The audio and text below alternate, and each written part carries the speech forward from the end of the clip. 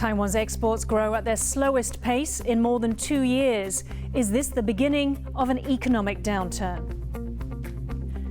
Taipower says it's building 2 substations to help boost electricity supplies, but consumers may still be hit with higher prices. An awkward situation. The opposition Kuomintang denies its chair ended a TV interview over a question about its flagging popularity. And a blast from the past, the Taiwanese movie classic that's back on screens and in the running for an award at the Venice Film Festival.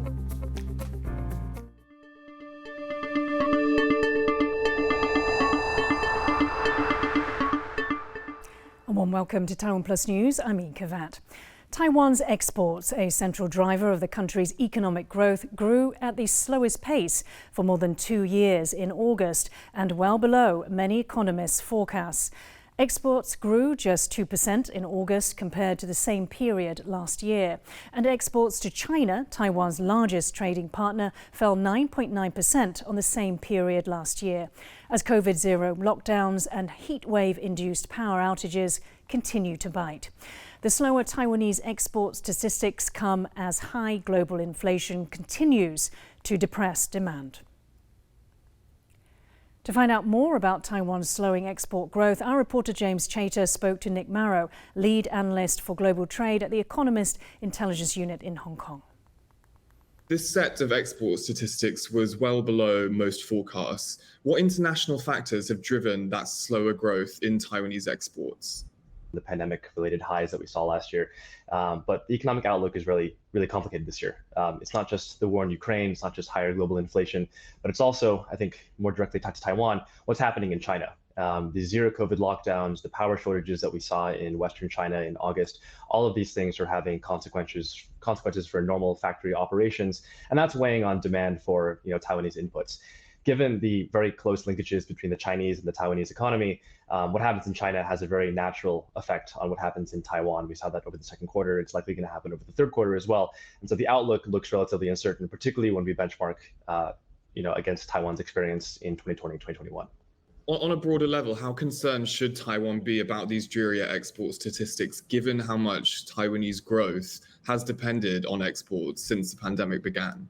Well, I think actually you raise a really good point in the sense that, Taiwanese economic performance over the last couple of years has been relatively unbalanced. Exports have done well, investment tied to exports has done well, but private spending has really struggled. And that's been despite a number of government stimulus programs and other measures aimed at reviving household expenditure. What we're really concerned about is that these headwinds are going to persist as export growth slows. And this is something that's going to be very difficult for the Taiwanese government to try and rectify. It goes into things like income growth and wage growth.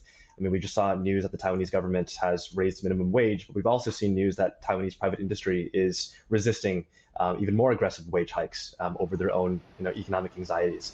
And so when we think about the story for 2023, with this picture of softer economic growth, softer trade growth, the story really has to be around whether Taiwan can revive its household spending component, and the outlook there is still very, very uncertain.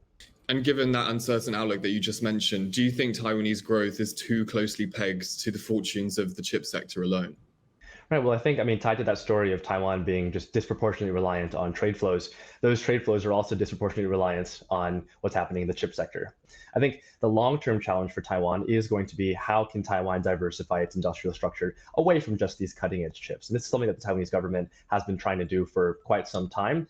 But I think the verdict is still out in terms of how competitive they're going to be, particularly when benchmarked against not just China, but also other markets in the region, say in ASEAN or Northeast Asia. Taiwan's state-owned power company Taipower is building 2 substations in downtown Taipei that it hopes will resolve electricity supply bottlenecks. As Louise Watt reports, a series of power outages has raised concerns about the stability of Taiwan's electricity grid. The deepest point is 55 meters underground, and it's about 5 meters across. It's taken Taiwan's state-owned energy company 10 years to build this tunnel, linking up 2 Taipei districts with underground power lines. Taipower says it was as difficult as building the Taipei metro. 所以我们要告诉台北市民说，前盾的工作最难的我们已经做，我们希望能够在最短的时间内提供东区门户充足的供电。Taipower says once finished, the Da'an substation will provide a stable power supply for 4 districts in eastern Taipei.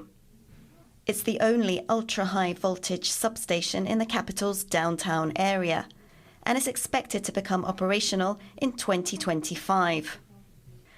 Taipower wants to build another one, Songhu, in the city's northeastern Nehu district, but those plans have been on hold for 20 years because of opposition from locals who say they don't want a substation in their backyard.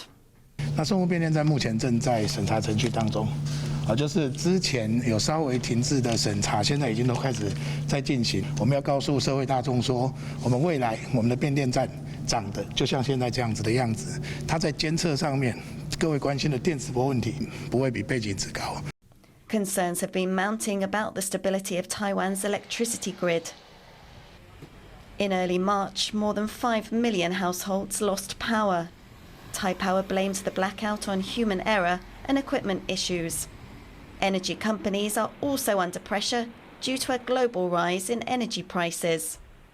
They're also swallowing big losses by keeping consumer prices low to help limit the impact of inflation. In June, the government raised electricity prices by 8% on average. Industry was hardest hit. Households were spared. But that could change this month. Prices are up for review once again. Any increase will put the issue of Taiwan's power supply back in the spotlight. James Rayner and Louise Watt for TaiwanPlus.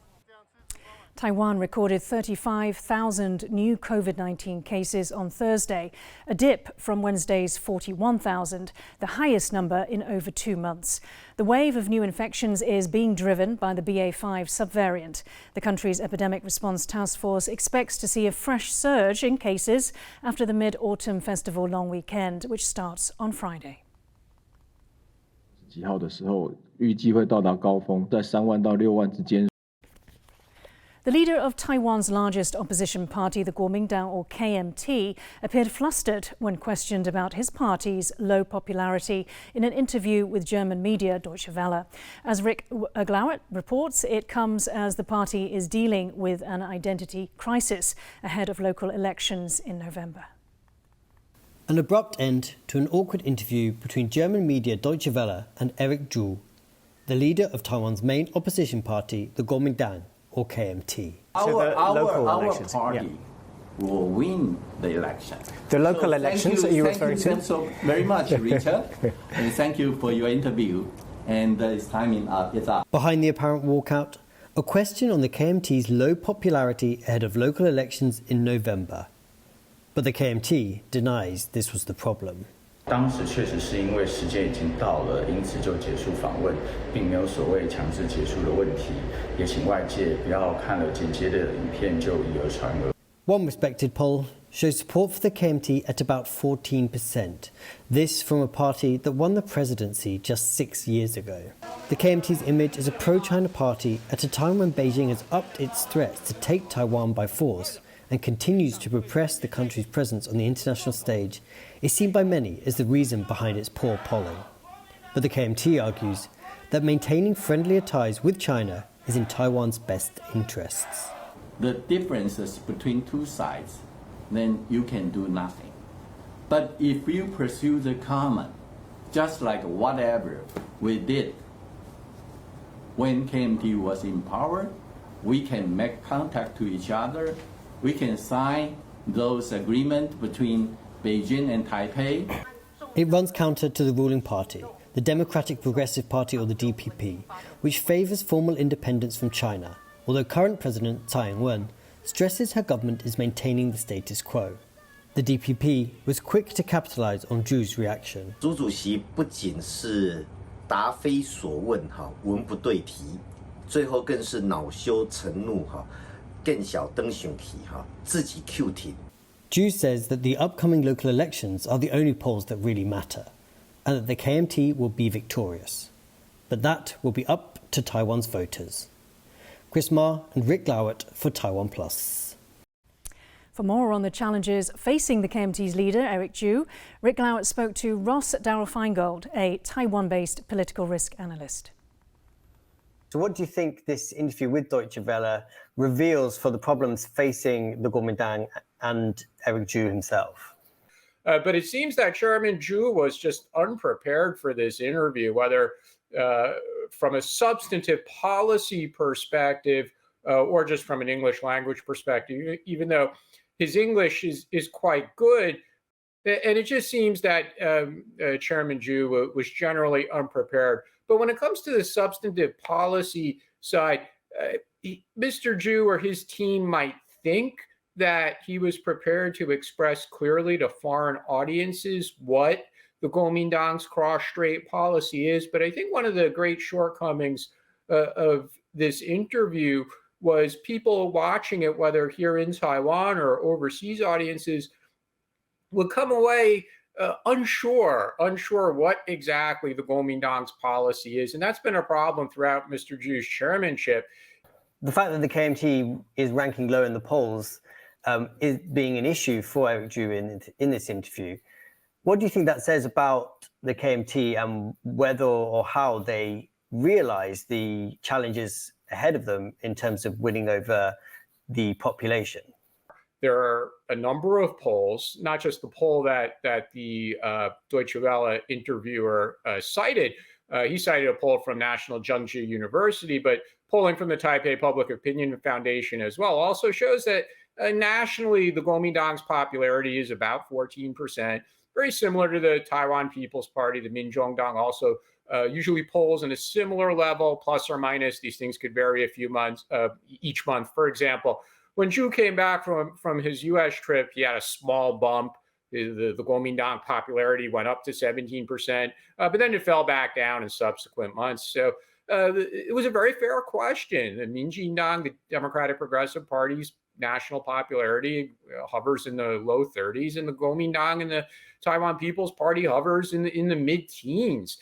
How do you think the Kuomintang and the KMT's position on China is going to be affecting the way Taiwan people and Taiwan voters will be thinking about the party in the run-up to elections in November?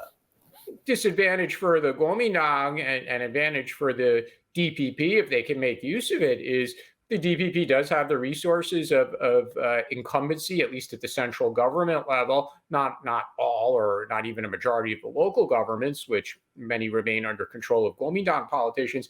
But again, if the DPP, while fighting local election battles, can nationalize the election, use the China issue effectively, then they might do very well.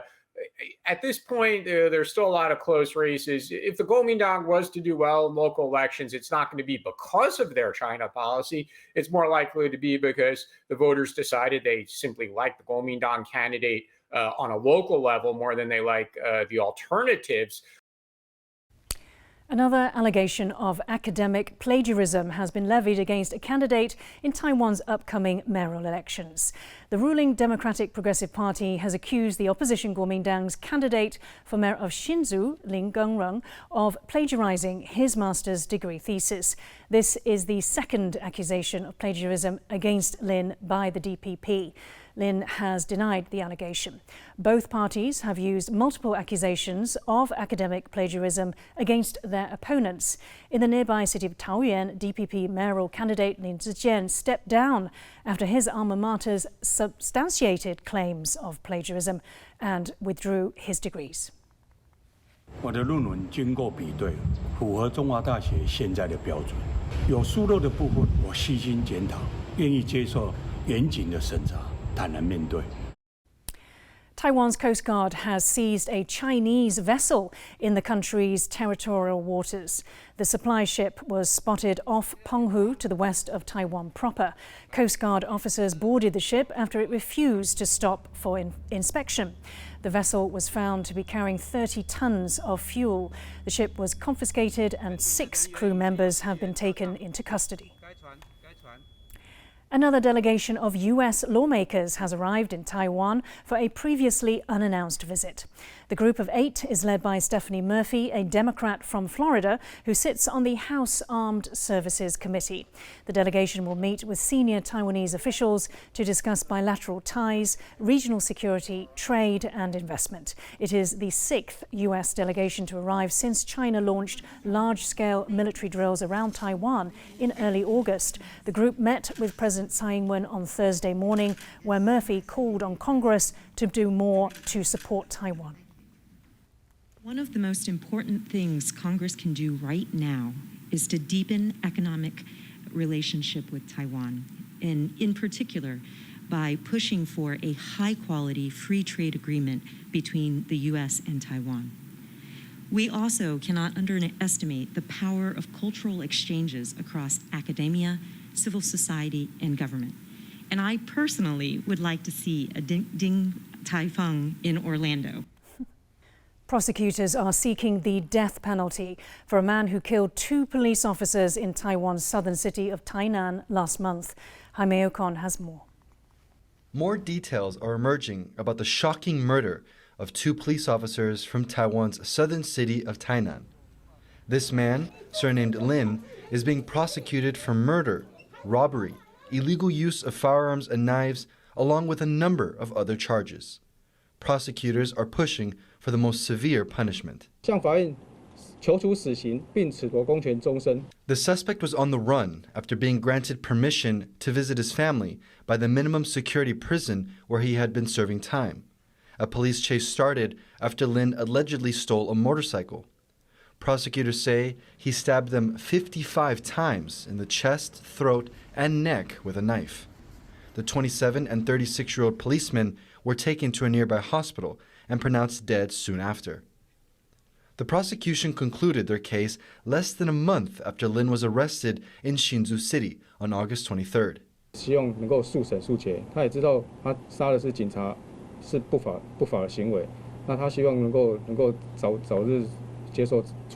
Taiwan last executed a person under the death penalty 2 years ago for murder.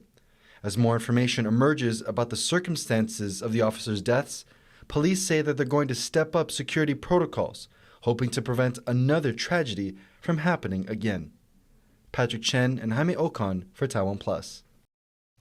Coming up here on TaiwanPlus, Taiwan's longest tunnel is getting a lighting makeover, why some say it's not a good idea.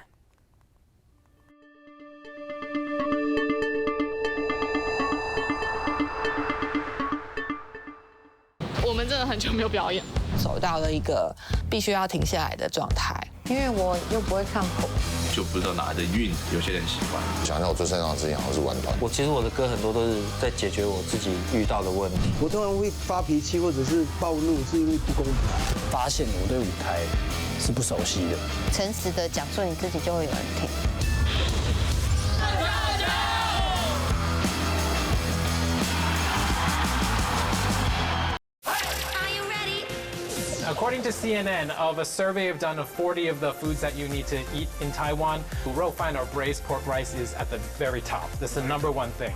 $15 US, 16 US dollars, 18 US dollars. Wait, what? Huh? Wait, did we get the wrong card? No, don't waste your money. Just go and eat what local people do. Jason's Table Shocked and Surprised is now available on TaiwanPlus.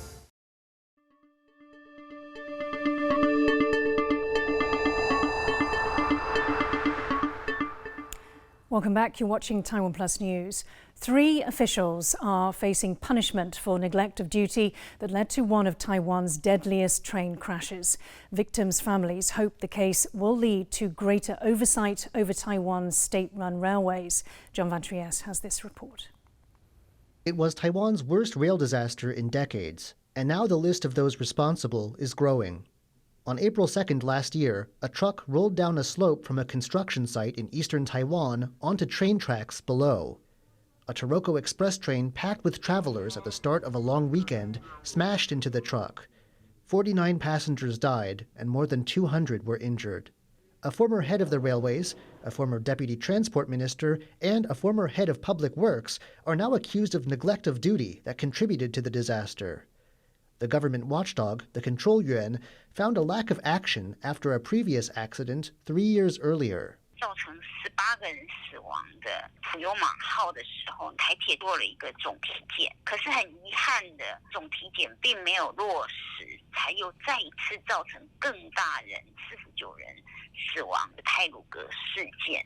那所以呢，我们这一次弹劾的3个人 The three were responsible for overseeing the construction site where the accident occurred. The investigation found there was no oversight system to make sure safety improvements were implemented. It also revealed a disregard for safety issues at railway construction sites. The three officials will now face punishment from a court that deals with civil servants.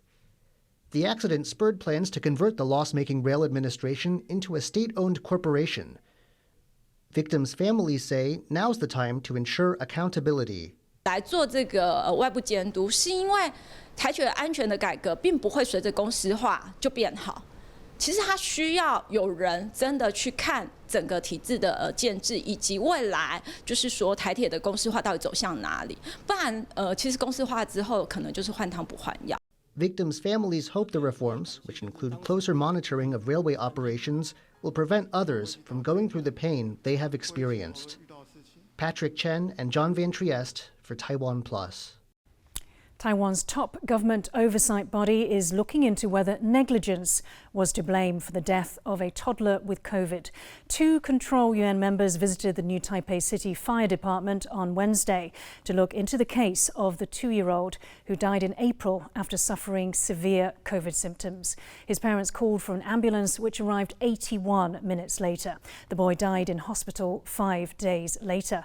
His father filed a claim against the new Taipei City government, saying emergency responders acted too slowly, causing his son to die. But that claim was rejected.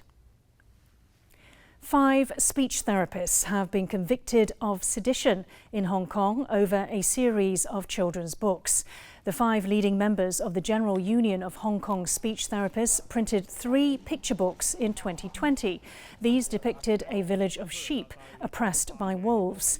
A district court judge convicted the 5 under a colonial-era sedition law, saying the books were intended to incite discontent among Hong Kongers. The defendants, who all pleaded not guilty, were remanded in custody for over a year after their arrests. The 5 will be sentenced on September 10th and face a maximum penalty of 2 years in prison. A Taiwanese film from the 1990s is in the spotlight at the 79th Venice Film Festival. Edward Yang's A Confucian Confusion made it into the lineup for the Venice Classics, a section that presents the finest restorations of classic films. Yu Jinghuang has more. A Confucian Confusion, as its name suggests, presents a society in turmoil. As a culture dominated by tradition is challenged by modernization. The satirical comedy, first screened in 1994, centered on a globalizing Taipei. It's among the 18 films selected for the Venice Classics at this year's Venice Film Festival. Digital restoration technicians put in months of effort to bring the movie back to life. 有很多小蓝点点在修复比较干净的时候会非常的明显，所以我们其实有做轻度的降噪跟把那个蓝点用竹割手动去清除。Restoring the movie took more than patience.